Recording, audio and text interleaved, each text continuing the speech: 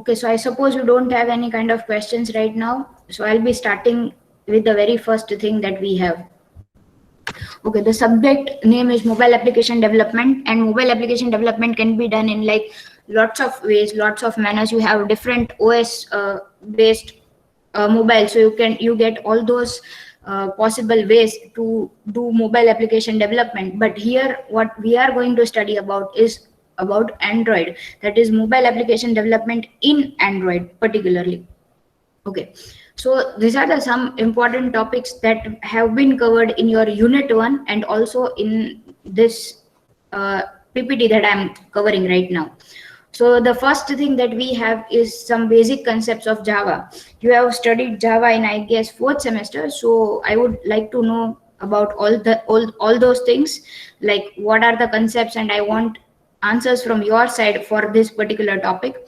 The next is introduction of Android. Okay, again, a lot of students who are a part of Android SDP and who are a part of PHP SDP have recently learned about these basic things that will be included in this subject. So again, I will be needing an output or say input from your side for these topics.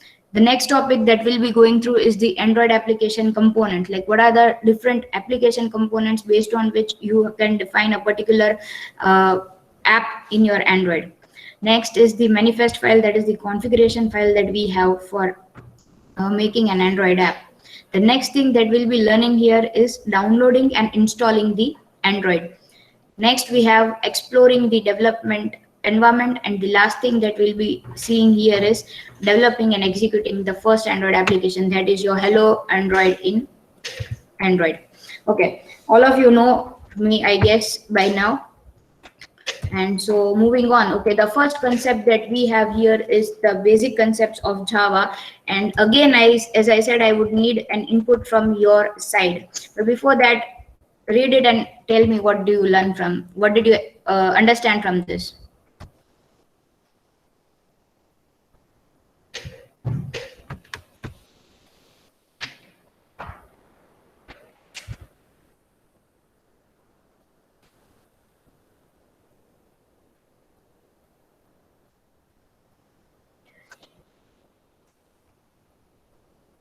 No, I need to know, what does this joke mean? I hope you are seeing the joke right now.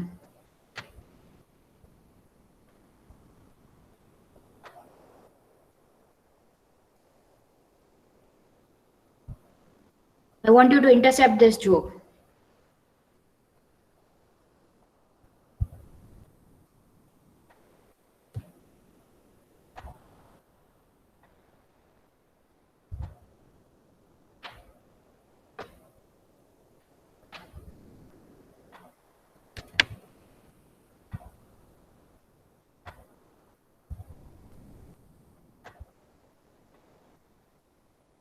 Okay, never mind. Answer me later about that. Okay, so what are the different concepts in OOPS? Are you seeing the screen that shows different concepts of OOPS listed down?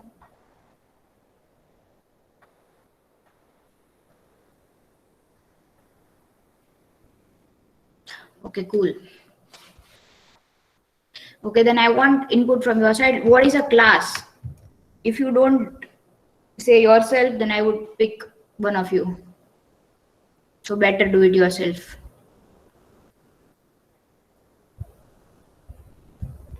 Okay, now you can answer, anyone who wants to. You can on your mic and answer the question. What is a class?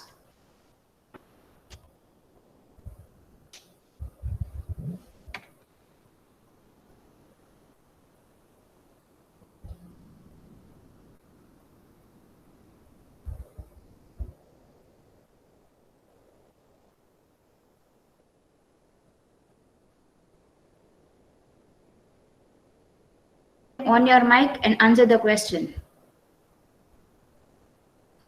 Say Sachin, you are the first one to answer.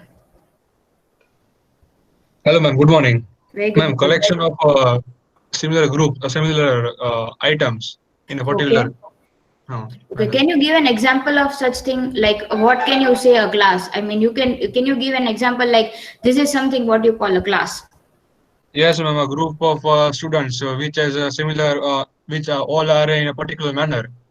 That all are the students, and if all are in a group, then we can say uh, this is a class.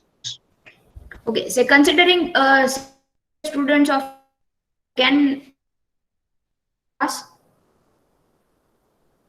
અવાજ કપાય છે ma'am, શું કહે છે? Computer અને IT ના 6th semester નો ભેગા કરીએ તો એને ક્લાસ કહેવાય? અત્યારે મેમ આપણે ખાલી એક સ્ટુડન્ટ ને એક ઓબ્જેક્ટ તરીકે કન્સિડર કર્યો છે, એટલે એ બધા સિમિલર ઓબ્જેક્ટ છે, એટલે આપણે એને ક્લાસ નહીં હું એવું હા એટલે ઓકે એને ક્લાસ કહીએ છીએ આપણે. હા okay, Akash, what do you say? Yes, ma'am. Okay, can you divide that class further Yes. based on? Suppose કે કોમ્પ્યુટર એના સબ્જેક્ટ ઉપરથી ડિવાઈડ થઈ શકે ક્લાસ. ઓકે, પછી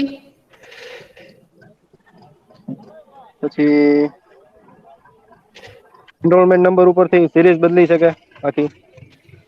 ઓકે ફાઇન. ટૂંકમાં કોઈ પણ ઓબ્જેક્ટ હોય એની કેરેક્ટરિસ્ટિક્સ ના બેઝિસ ઉપર તમે જ્યારે ફર્ધર ડિવિઝન કરી શકો અને પાછું અલગ એક ગ્રુપ બનાવી દો તો again that will be considered a class. હું એવું કહેવા માંગુ છું in short. Clear everyone? What is a class?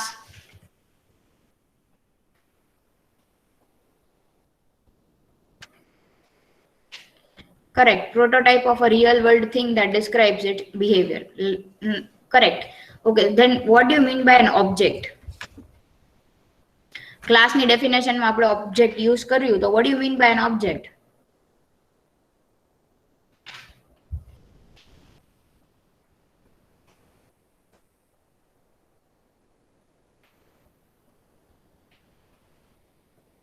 Instance of a class, but what do you mean by instance then?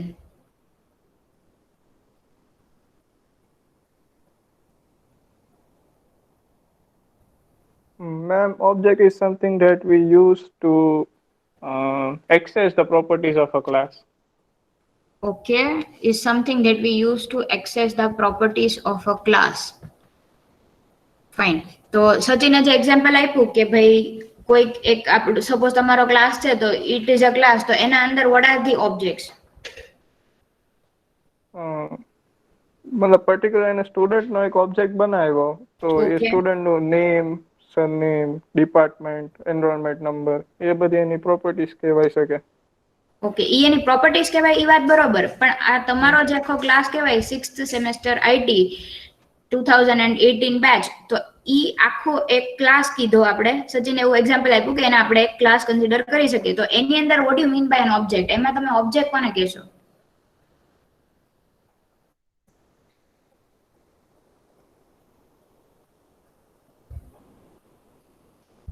ચલો બોલો એનીવન.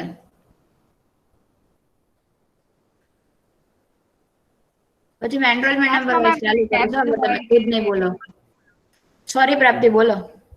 ટેબલ હોય, બોર્ડ હોય, એ બધું ઓબ્જેક્ટ્સ કન્સિડર કરી શકે ને ક્લાસમાં હોય. એટલે ક્લાસ નો મતલબ આઈ ગેસ સચિન એવો કહેતો હતો કે ગ્રુપ ઓફ તમારા બધાનું સ્ટુડન્ટ્સ નું ગ્રુપ એને ક્લાસ કહેતા હતા. એની અંદર we are not counting the non living things. Sachin એવું જ હતું ને કે જેમ પ્રાપ્તિએ કીધું એ બધું બી આપણે ઇન્ક્લુડ કરવાનું હતું? Ma'am, I was just telling the definition of class that you have asked me. Exactly my point. But any E class છે તો ક્લાસ ના ઓબ્જેક્ટ્સ હોય, આપણે એવું સાંભળ્યું, બરોબર, સમજ્યા કે ભાઈ ગ્રુપ ઓફ ઓબ્જેક્ટ્સ હોય તો ઈ ક્લાસ કહેવાય, તો ક્લાસ ના ઓબ્જેક્ટ સિમિલર પ્રોપર્ટીઝ જે હોય મેં ઈ પર્સપેક્ટિવ થી મેં તમને કીધું હતું કે એટલે હું એક્ઝેક્ટલી હું ઈ જ કહું છું. એટલે હું એવું સમજી કે તમે બધા સ્ટુડન્ટ્સ ની વાત કરો છો કે બધા સ્ટુડન્ટ છે જે લોકો તમારા બધાની સિમિલર પ્રોપર્ટી કહેવાય કે ભાઈ તમે લોકો એક જ વર્ષે એડમિશન લીધું, તમે લોકો એક જ સેમેસ્ટરમાં છો, તમે લોકો એક જ બ્રાન્ચમાં છો, એટલે તમારી બધાની પ્રોપર્ટી સિમિલર કહેવાય. એટલે હું એવું સમજી કે તમે બધા ઓબ્જેક્ટ્સ કહેવાય. પણ પ્રાપ્તિ એવું કીધું કે એની અંદર you can consider the benches, your white board et cetera, તો એ બધું પણ ઇન્ક્લુડ થાય? નો. ના નો થાય, નો થાય. તો પ્રાપ્તિ તો એવું કે થાય. પ્રાપ્તિ તમારું કારણ કે તમારો આપણે પોઈન્ટ ને ડિફેન્ડ કરો. ચાલો, આપણે મેમ ક્લાસની ડેફિનેશન એ જ થાય કે જે ટૂંકમાં જે સેમ વસ્તુ કે કોઈ સિમિલર પ્રોપર્ટી ના હોય. હવે એ બધાની પ્રોપર્ટી અલગ અલગ છે, એટલે એ ક્લાસમાં આપણે ઇન્ક્લુડ ન કરી શકીએ એને. પણ એ એવું કહે છે તો એને તો તમે એને સમજાવો ને કાં એને એક્સેપ્ટ કરાવી લ્યો એ વસ્તુ કે ભાઈ ના એવું ન થાય. આપણે પ્રોગ્રામિંગના પર્સપેક્ટિવ થી કહીએ છીએ, એ આખી અલગ વસ્તુ છે, એ જે કહે છે ને એ. પ્રાપ્તિ તમારે કઈ પોઈન્ટ મૂકવો છે આમાં કે તમે એગ્રી થઈ ગયા? ના, પોઈન્ટ તો અત્યારે નથી મારી પાસે કઈ. Okay fine. તો આપણે એવું કન્સિડર કરીએ કે ઓબ્જેક્ટ્સ મતલબ કે જે તમારો ક્લાસ છે એના ઇન્ડિવિજ્યુઅલ જે બનાવીએ that are called objects. Student બધા ઓબ્જેક્ટ કહેવાય એમ. ઓકે, સ્ટુડન્ટ્સ બધા ઓબ્જેક્ટ કહેવાય. Okay fine. તો what next? Constructor. What do you mean by a constructor? Class or structure is created. It's called constructor. Class નું structure create કર્યું મતલબ નો સમજમાં આવ્યું, થોડું સરખી રીતે સમજાવો. Class or structure જે આપણે ક્રિએટ કરી એને કન્સ્ટ્રક્ટર કહેવાય. Hello hello.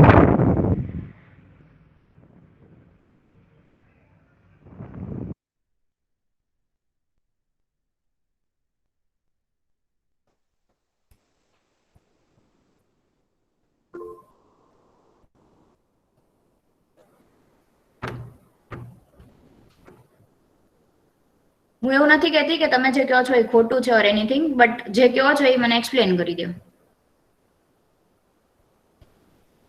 Okay, it is use to initialize an object. એટલે શું Akshit? Can you please elaborate your answer?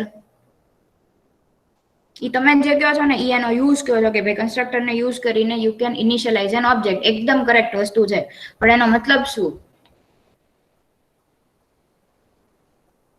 Constructor no use કરીએ તો આપણે ઇનિશિયલાઇઝ ન કરી શકીએ ઓબ્જેક્ટને?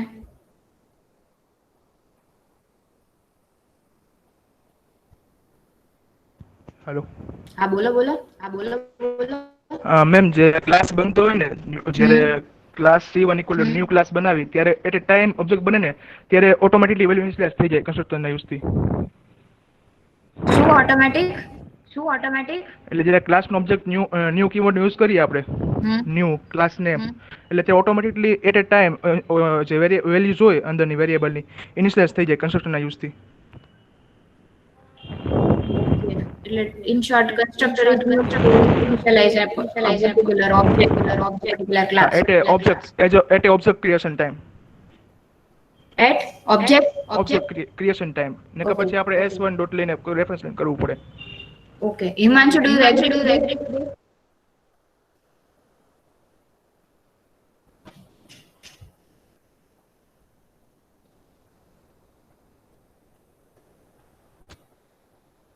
હમણાં તમે બીજું કશું કહેતા હતા ને યાર. એક એક્ઝામ્પલ આપો તો હિમાંશુ કે ભાઈ આ ક્લાસ છે ને આ એનો કન્સ્ટ્રક્ટર કહેવાય ને આવી રીતે આપણે એને ઇનિશિયલાઇઝ કર્યો એનો ઓબ્જેક્ટ ક્રિએટ કર્યો. સોરી, ઓબ્જેક્ટ ક્રિએશન વખતે કામ લાગે એવું કીધું છે અબ્બાસે, એટલા માટે.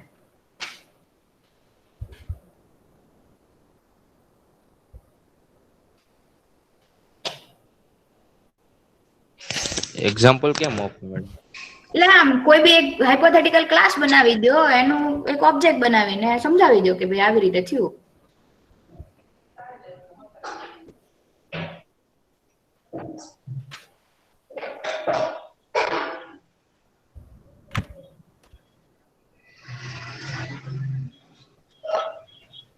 પછી રોહિતની વારી છે, એમણે પણ સ્ટેટમેન્ટ આપ્યું છે.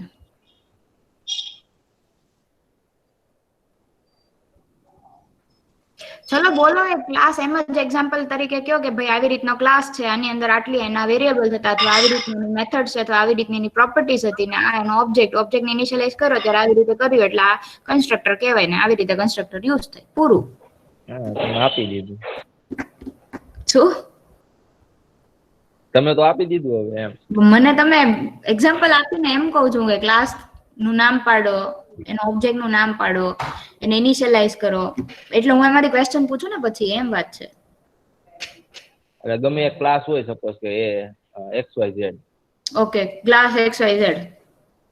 એમાં કઈક વેરિયેબલ છે સપોઝ, ઓકે, પછી એમાં આપણે કઈક કન્સ્ટ્રક્ટર માં લીધેલા છે કારણ કે યુઝ કરવા માટે એના શું લીધેલું છે? કન્સ્ટ્રક્ટર માં એ જે વેરિયેબલ લીધેલા યુઝ કરવા માટે. ઓકે, પછી પછી તો એનથી આપણે એના થ્રુ આપણે કન્સ્ટ્રક્ટર થ્રુ આપણે યુઝ કરી શકશું ને, બીજું તો એમાં બીજું શું સમજાવું. એટલે હું એ જ પૂછું છું કે સારું ચલો એવું કયો કે ભાઈ કન્સ્ટ્રક્ટર હોય તો એવું એક જ કન્સ્ટ્રક્ટર હોય કોઈ પણ એક ક્લાસની અંદર, નહીં તો કેટલા કન્સ્ટ્રક્ટર એની કઈ લિમિટ હોય?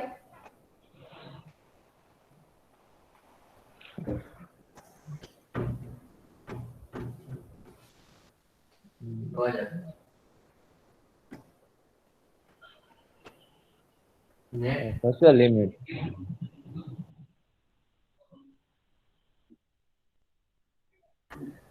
શું એટલે હશે લિમિટ એમ નહીં, એટલે તમને શું લાગે છે લિમિટ હોય ન હોય, હોવી જોઈએ ન હોવી જોઈએ? અને એવરીવન કેન આન્સર. હવે આ ક્વેશ્ચન હિમાંશુ એકના માટે નથી.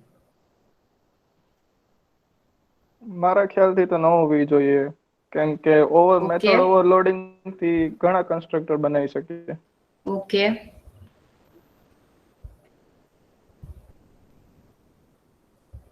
કેમ ઘણા બધા કન્સ્ટ્રક્ટર બનાવવાની ક્યારે જરૂર પડે?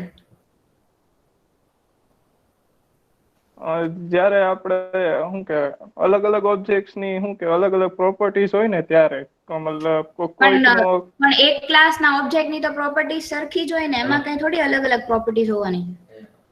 મતલબ કે એની બધી પ્રોપર્ટી ના શું કહેવાય એની વેલ્યુ ના હોય ને તો, જેમ કે અગર આપણે એક એક્ઝામ્પલ આપણે સ્ટુડન્ટ નો લીધેલો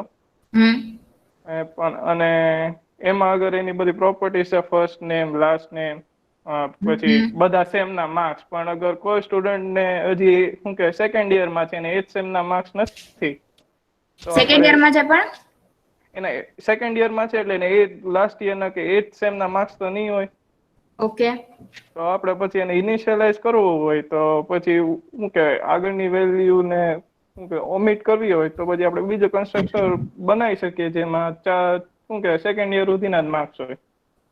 ઓકે, પણ આપણે એટલા બધા ઓબ્જેક્ટ્સ મતલબ કે એટલા વેરાયટી વાળી વસ્તુઓને એક જ ક્લાસમાં કન્સિડર કરી શકીએ? આઈ મીન વેરીડ પ્રોપર્ટીઝ વાળા ઓબ્જેક્ટ્સ ને એક ક્લાસમાં? નહીં, એવું તો ના કરાય. That is not a good practice, કેમ કે ક્લાસની ડેફિનેશન જ એવી છે કે it is a collection of object with similar properties. Exactly. Okay, તો એક એક્ઝામ્પલ આપી શકો કોઈ પણ કે ભાઈ સપોઝ એક ઓબ્જેક્ટ છે, એક ક્લાસ છે સોરી, ને એની અંદર ડિફોલ્ટ કન્સ્ટ્રક્ટર ક્યારે યુઝ થાય અને પેરામીટરાઇઝ્ડ કન્સ્ટ્રક્ટર ક્યારે યુઝ કર્યો હોય, અથવા આવી સિચ્યુએશન હતી તો ડિફોલ્ટ કન્સ્ટ્રક્ટર યુઝ કરી લીધો ને આવી સિચ્યુએશન હતી તો પેરામીટરાઇઝ્ડ કરી લીધો. આઈ હોપ તમને ડિફોલ્ટ ને પેરામીટરાઇઝ્ડ કન્સ્ટ્રક્ટર ની તો ખબર જ હશે.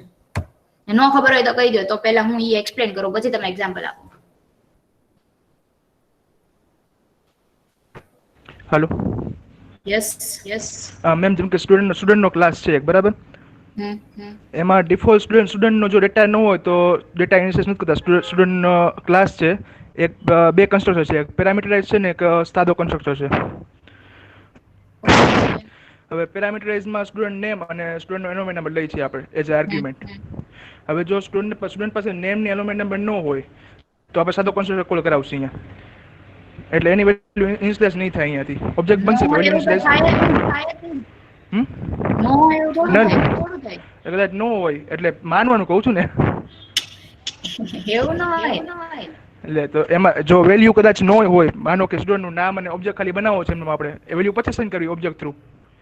વેલ્યુ પછી અસાઇન કરવી છે આપણે. હું એવું કહેતી હતી કે જ્યારે તમારે કોઈ ઓબ્જેક્ટની વેલ્યુ સેટ કરાવી હોય ને, મતલબ કોઈ અસાઇન કરાવી હોય ત્યારે યુ યુઝ પેરામીટરાઇઝ્ડ કન્સ્ટ્રક્ટર. એટલે જ્યારે when you get the value you can use default constructor expect કરવું જોઈએ. એવું હોય? શું કહો છો? હમણાં નહીં, મેં મરકી રીતના અવાજ કપાય છે. તમારે જ્યારે કોઈ સ્ટુડન્ટ આપણે કોઈ ક્લાસ બનાવ્યો સ્ટુડન્ટ એની વેલ્યુ તમારે ઇનપુટ કરાવડાવી છે, તો at that time you can use a parameterized constructor, and when you want to get the value of a particular student, at that time you can use a default constructor. એવું કંઈક થઈ શકે? હા થાય. હા મેમ, હા.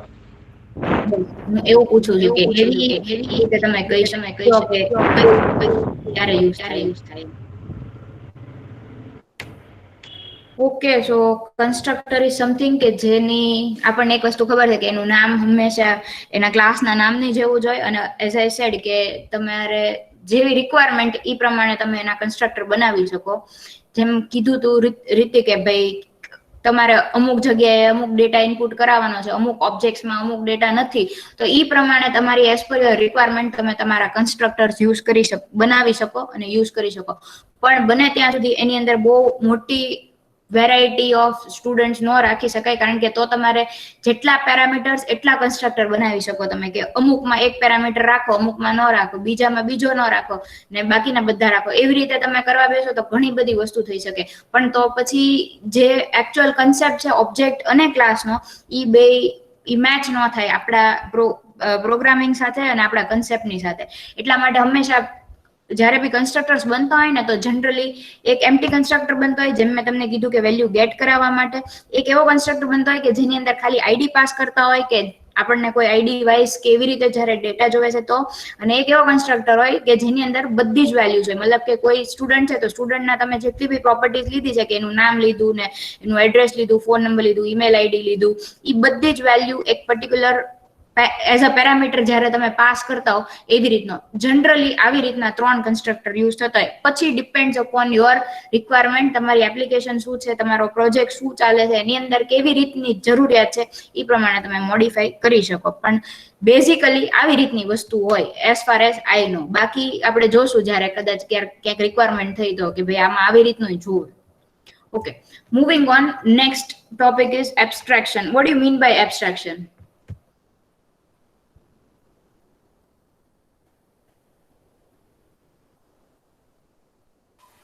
Hello. બોલો. Hiding some certain data to the from the user, અને જે essential information છે એ યુઝર ને દેખાડી અને એબ્સ્ટ્રેક્શન કહેવાય. એક્ઝામ્પલ? એક્ઝામ્પલ લાઈક આપણે યુઝર પાસેથી આપણે એનો ઘણી બધી ડિટેલ લઈએ છીએ, બરાબર? પણ આમાં આપણે અત્યારે ગૂગલ ક્લાસરૂમમાં અત્યારે જે મીટિંગમાં જેટલા જોડાણા છે એમાં કયા ટાઈમે કોણ જોડાય છે ને કોને એક્સેપ્ટ કરવાનું ખાલી તમારી પાસે જ પરમિશન છે, જે અમારી પાસે નથી, અમે જે યુઝર છીએ એની પાસે. ઓકે. જે પરમિશન જે હાઇડિંગ અમારાથી હાઇડ થયેલો છે ડેટા, અને તમને દેખાય છે, બસ એટલું જ તે. અને કેટલા જોઈન થયા છે એ અમને ખબર છે પાછું. Okay, good. એબ્સ્ટ્રેક્શન એટલે કેવું કે અમુક લેવલ સુધીની વસ્તુઓ તમે યુઝરને દેખાડો છો, ડિસ્પ્લે કરો છો, પણ અમુક એની પાછળનું જે લોજિક યુઝ થાય છે એ એને ખબર હોતી નથી. ને એનો સાવ સીધો ને તમે રોજ જ જોતા હો એવો એક્ઝામ્પલ હોય તો your registration screen or your login screen. તમને કોઈ પણ એપની લોગિન સ્ક્રીન હોય, એમાં તમારે ખાલી એની અંદર યુઝર નેમ ને પાસવર્ડ જ નાખવાનું હોય. એની પાછળની પ્રોસેસ શું થાય છે એ આપણને કઈ ખબર જ નથી. તમે લોકો પ્રોગ્રામર્સ છો, તમે ડેવલપર્સ છો, તમે લોકો કોડ કરો છો એટલે તમને ખબર છે કે આની પાછળ આટલી વસ્તુ થાય છે. હું જે કહું છું ઈ લેમેન ની માટે કહું છું, કે બીજું કોઈ યુઝ કરતો હોય તો એને ખાલી સ્ક્રીન ઉપર એટલું જ દેખાવાનું છે કે ભાઈ he suppose to enter his user name and password. એને એવી નથી ખબર કે બેકગ્રાઉન્ડમાં એનો વેલિડેશન ચેક થાય છે, એનો ઇનપુટ કરેલો ડેટા છે ઈ ડેટાબેઝ સાથે કમ્પેર કરવા જાય છે, જો એ ડેટા વેલિડ છે તો જ એને આગળ લોગિન કરવા દેવાનું. ઈ બધી જે પ્રોસેસીસ થાય ને ઈ બધી બેકગ્રાઉન્ડમાં થાય. So that is called abstraction. Do you agree to this point? Yes ma'am. Yes or no? Yes ma'am. Okay, બીજું કોઈ છે આમાં કે ભાઈ ના આવું નહીં, આની કરતા આવું હોય આમાં, કે અથવા બીજો કોઈ એક્ઝામ્પલ આપવા વાળું, બીજો કોઈ વ્યવસ્થિત સમજાવી શકે એવું કોઈ? કે બધા એગ્રી થઈ ગયા તો આપણે પછી નેક્સ્ટ પોઈન્ટ પર વયા જઈએ.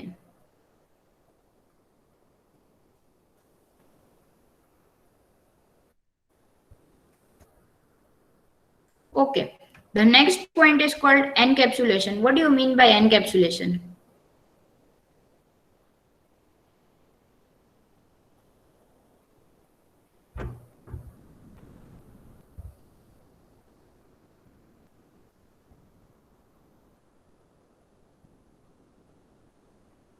બોલો, what do you mean by encapsulation?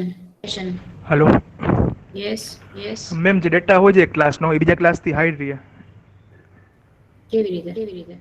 એટલે જેમ કે આપણે એક્સેસ મોડિફાયર છે પબ્લિક, પ્રાઇવેટ કે પ્રોટેક્ટેડ જાવામાં, તેને યુઝ કરીને ડેટાને એન્કેપ્સ્યુલેટ કરીએ કે એક ક્લાસ છે એનો ડેટા એના પૂરતો જ રહે, એટલે પ્રાઇવેટ ડિફાઇન કરી છે આપણે વેરિયેબલ ટાઈમ, પ્રોટેક્ટેડ ને પ્રાઇવેટ ને યુઝ કરી છે ત્યારે એ રીતે. ઓકે. બીજા કોઈ?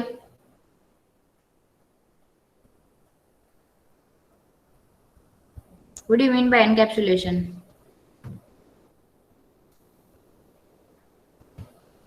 Why do you need encapsulation?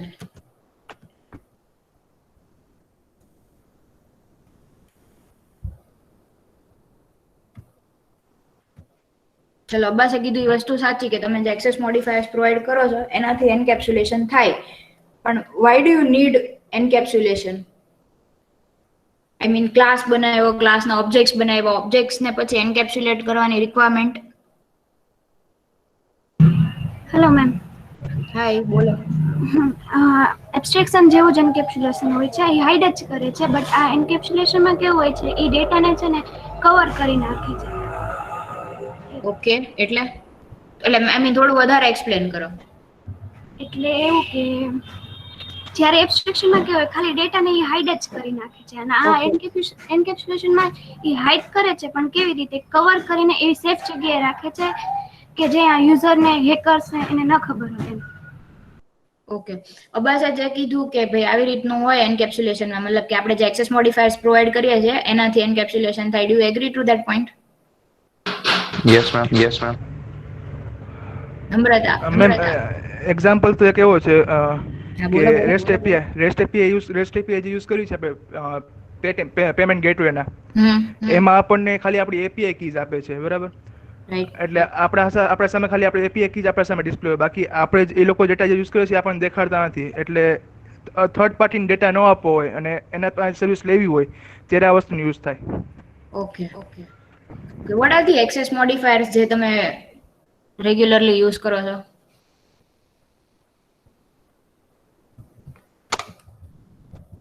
Access modifiers એટલે આ પબ્લિક, પ્રાઇવેટ ઈ હો. આઈ હોપ તમને ખબર જ હશે એ વસ્તુની. ન ખબર હોય તો પ્લીઝ કહી દેજો, કારણ કે મને એવું હોય કે તમે આ સબ્જેક્ટ ભણી ગયા ને એટલે તમને આટલી ખબર હશે. હવે in case if you don't know that thing તો કહી દેવાનું, એટલે આપણે ફટાફટ એ પોઈન્ટ પૂરો થતો થાય. ચલો, what are the access modifiers that you are using? એમાં પબ્લિકલી આપણે યુઝ કરતા હોઈએ ને તો એ ક્લાસની બીજા ક્લાસમાં આપણે એના પ્રોપર્ટી અથવા તો ઓબ્જેક્ટ યુઝ કરી શકીએ. ઓકે, બરાબર. પ્રાઇવેટ પબ્લિક પ્રાઇવેટ હોય ને તો મેમ ખાલી એ ક્લાસ પૂરતું જ તે ડિફાઇન રહે. ઓકે. અને પ્રોટેક્ટેડ હોય તો કમ્પલસરી મેમ પ્રોટેક્ટેડ ને નથી ખબર, એ ઓલા બે ની ખબર. ઓકે, ને હજી એક હોય ડિફોલ્ટ. એનો ડિફોલ્ટ રહે. એમાં પેકેજના કન્સ્ટ્રેન્ટ છે, એમાં એ ખબર નથી મેમ અત્યારે. પેકેજમાં કે બીજા પેકેજમાં યુઝ ન કરી, સેમ પેકેજમાં યુઝ કરી શકો એવું એક છે એમાં ડિફોલ્ટમાં. રાઈટ. ઓકે, એક્સેસ મોડિફાયર્સ અંદર એક્ઝેક્ટલી જ રીતે ડિફાઇન્ડ હોય કે ભાઈ તમે કોઈ મોડિફાયર યુઝ કરો છો એના 4 અલગ જગ્યાએ એ વસ્તુ ચેક થતી હોય કે ભાઈ તમારી વિધિન ધી ક્લાસ એને તમે યુઝ કરી એક્સેસ કરી શકો કે નહીં, વિધિન ધી પેકેજ તમે એક્સેસ કરી શકો કે નહીં, આઉટસાઇડ ધ પેકેજ પણ જે સબ ક્લાસ મતલબ કે જેણે ઇનહેરિટ કરેલું હોય ઈ ક્લાસ ને એવું બને કે ભાઈ એક પેકેજમાં નથી પણ આ પેકેજનો કોઈ ક્લાસ તમે બીજા કોઈ પેકેજની અંદર એને ઇનહેરિટ કરીને રાખ્યો છે તો એની અંદર યુઝ કરી શકો કે નહીં, અને આઉટસાઇડ ધી પેકેજ તમે યુઝ કરી શકો કે નહીં, એવી રીતે. તો there are the 4 different methods કે જેનાથી તમે ડિફાઇન કરી શકો. ન ખબર હોય, નો આઈડિયા હોય તો એક વખત જોઈ લેજો, ગૂગલ કરી લેજો, તમને મળી જશે કે પ્રાઇવેટ હોય ક્યાં યુઝ થાય, ક્યાં ન થાય, એવી રીતના. છતાંય ન મળે તો તમે મને કહેજો, હું તમને લિંક મોકલાવીશ કે ક્યાં આગળ લખેલું છે આ બધી વસ્તુ. Okay, so there are 4 types of different access modifiers: public, private, protected અને default. Okay, what next? બોલો પછી બીજું.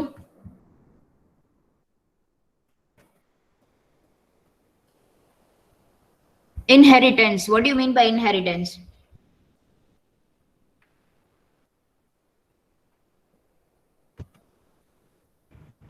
એક્સેસ કરી પ્રોપર્ટી એક્સેસ કરી બીજા ક્લાસની પોતાનામાં. ઓકે. Okay, easiest વસ્તુ છે inheritance. I want input from other people also.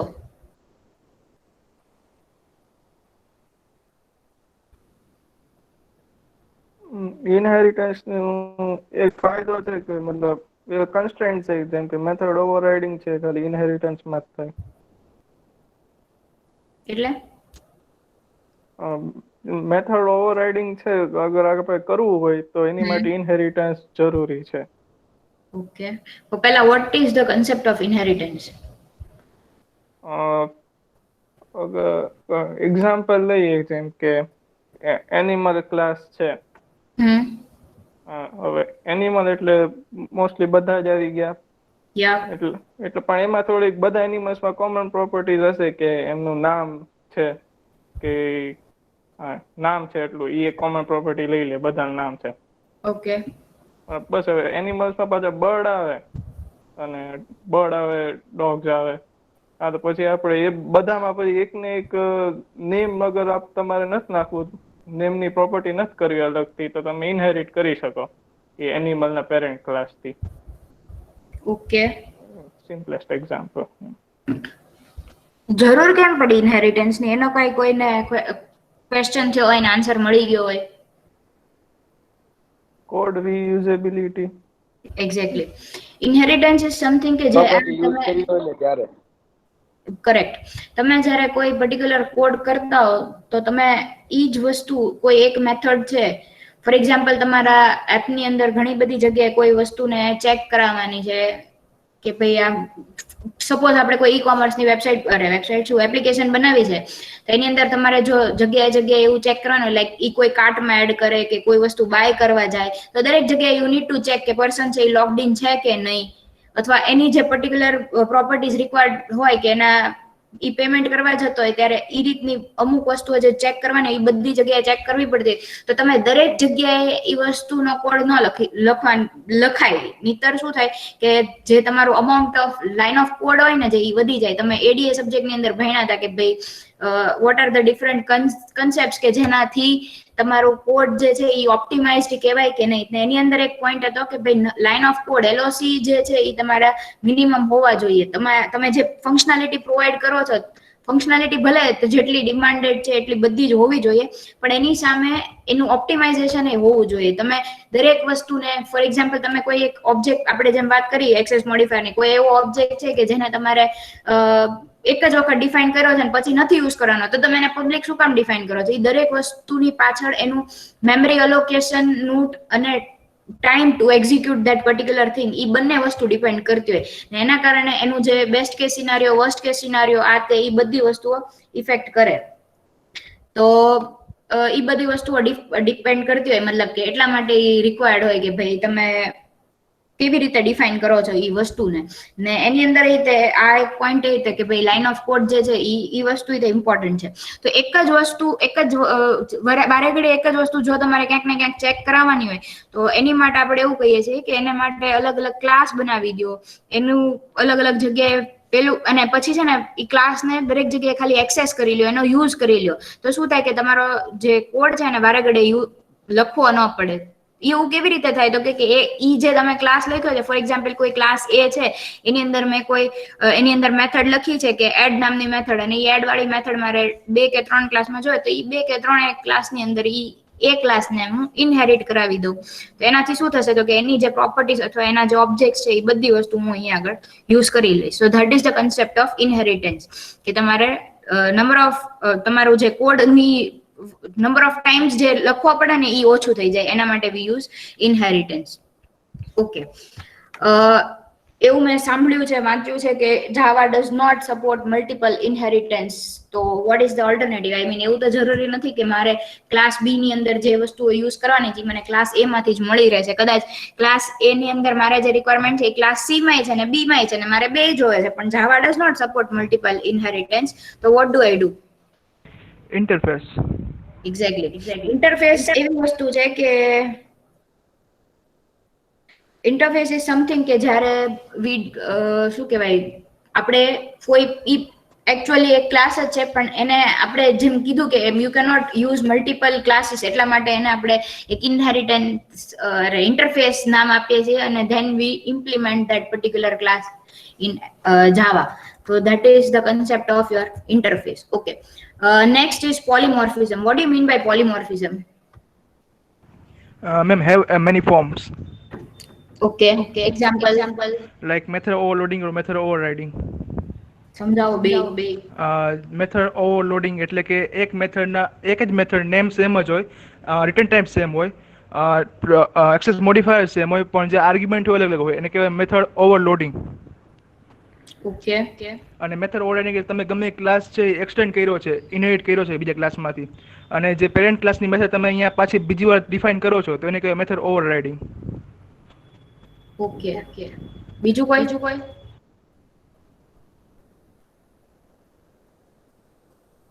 કોઈ એક્ઝામ્પલ કે ભાઈ અહીંયા આગળ મેથડ ઓવરલોડિંગ થયું ને અહીંયા આગળ મેથડ ઓવરરાઇડિંગ થયું, અથવા આને પોલીમોર્ફિઝમ કહેવાય, anything?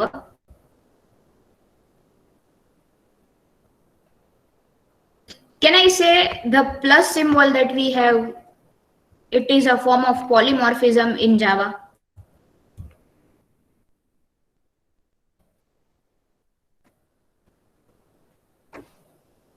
Again, can I say the plus symbol that I have it is an example of polymorphism in Java? હા મેમ. સમજાવો. જેમ કે સ્ટ્રિંગ સાથે યુઝ કરી છે પ્લસ, આપણે ત્યારે સ્ટ્રિંગને કોન્કેટ કરે છે, અને જ્યારે ઇન્ટીજર સાથે યુઝ કરીએ છીએ કે ગમે બીજી ફ્લોટ સાથે યુઝ કરીએ ત્યારે ફ્લોટનો સમ કે ઇન્ટીજરનો સમ કરે છે. એટલે ઘણા ફોર્મ, બીજા બે ફોર્મ થઈ ગયા એને સામે. ઓકે. કે કોન્કેટિંગ. કરેક્ટ. કે polymorphism is something, it is a concept કે જ્યાં આગળ તમે એવું કહો છો કે કોઈક એક વસ્તુને આપણે મલ્ટિપલ ફોર્મ્સની અંદર યુઝ કરી શકીએ છીએ, તો ધેટ ઇઝ કોલ્ડ પોલીમોર્ફિઝમ. તો મેં તમને જેમ કીધું કે પ્લસ ની સાઇન છે, તો પ્લસ ને જ્યારે તમે કોઈ ઇન્ટીજર્સ ની સાથે યા ડબલ ની સાથે યા એવી રીતે યુઝ કરો, તો it is use for as an arithmetic operator, અને when you use it for with a string, તો it can be considered for concatenating your string. So that way એક જ વસ્તુ છે, પણ એને forms we are using it in different forms, so that is called polymorphism. Clear everyone? Yes ma'am. આ તમને હજી દેખાય કે નથી દેખાતું? અહીંયા લખેલું છે માય મોમ સેડ વાળું. મેં તમને ઇન્ટરપ્રિટ કરવાનું કીધું.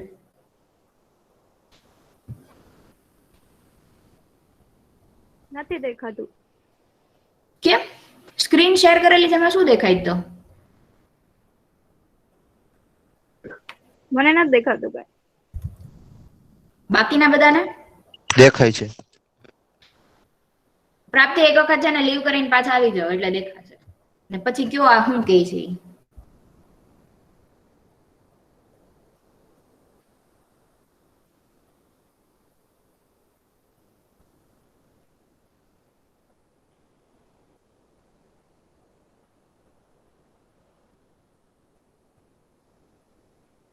બોલો, બાકીના લોકો જેને દેખાય છે એ તો કહી શકે છે.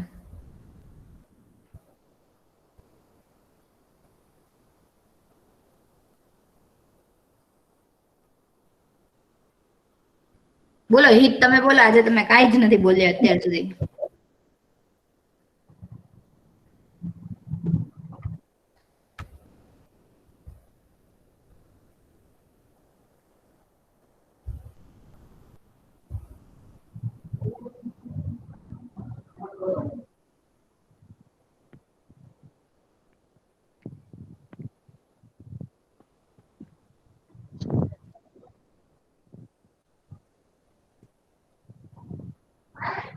Hello ma'am.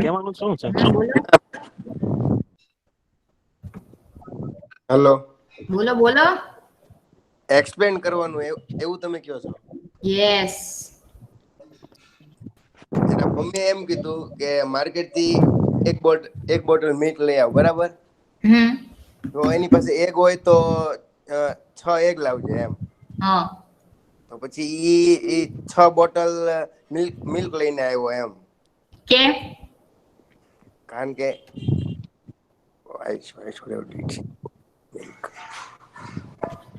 કોણ બોલે છે? જય બોલે છે કે હિત બોલે છે? જય. ઓકે, બોલો બોલો. તો ઈ છોકરીએ પછી એમ કીધું કે ના એક મિનિટ હો. કાઈ વાંધો નહીં, ટેક યોર ટાઈમ. મેમ, હા બોલો. 6 બોટલ મિલ્ક લઈને આવ્યો બરાબર. તો પછી મમ્મી એમ કીધું કે 6 બોટલ કેમ મિલ્ક લઈને આવ્યો? તો એને એમ કીધું કે ત્યાં ઓલા દુકાનદાર પાસે એક હતા એમ. હા, એટલે ઉલટું તમે સમજ્યું. ઇંગ્લિશ ઇન્ટરપ્રેટ કરી મેમ દીધું. એમાં એવું છે હા બોલો. એના મમ્મીએ કન્ડિશન મૂકેલી હતી, કન્ડિશન સાચી પડે તો હા, મિલ્ક લાવશે, બરોબર. અને ખોટ નહીં હોય એની પાસે તો એ એક જ બોટલ લાવશે એમ. હા, અને એને શું કર્યું? ઓલા પાસે એક હતા, એ કન્ડિશન ટ્રુ થઈ એટલે એ 6 બોટલ, એટલે બોટલ કન્ડિશનમાં એલ્સમાં એવું હતું બ્રિંગ 6, તો 6 એક્ઝેક્ટલી. લાવવાની, અને ખોટી પડે તો 1 લાવવાની, એવી રીતે. Importance of if